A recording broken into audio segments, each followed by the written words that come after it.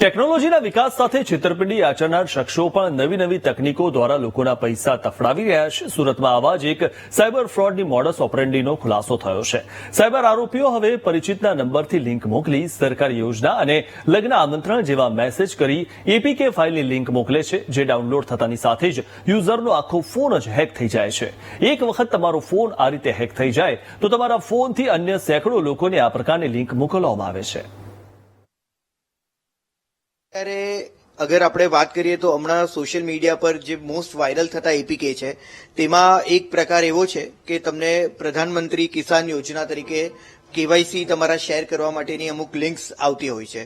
હવે આ જે લિંક્સ છે તે જનરલી તમારા પરિચિત લોકો પાસેથી તમને મળતી હોય છે, એટલે you build certain kind of trust on ધેમ.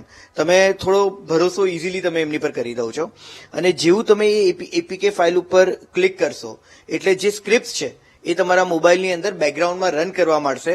એ તમને દેખાશે નહીં, બટ જેવી આ સ્ક્રિપ્ટ રન કરશે તમારું જે ગેજેટ હશે તે કોમ્પ્રોમાઇઝ થઈ જશે. નોટ ઓનલી ધીસ કિસાન જે યોજનાની વાત આપણે કરી, એના સિવાય બી અત્યારે અગર આપણે જોઈએ તો ટ્રેન્ડિંગમાં એવા ઘણા બધા ક્રિમિનલ્સ દ્વારા બનાવવામાં આવેલા ગ્રીટિંગ્સ હોય છે કે તમને મેરેજના ઇન્વિટેશનના ફોર્મમાં એ લોકો તમને એપીકે ફાઇલ્સ ફોરવર્ડ કરતા હોય છે, એન્ડ બીકોઝ કે તમારા પરિચિતના પાસેથી એ વસ્તુ આવે છે.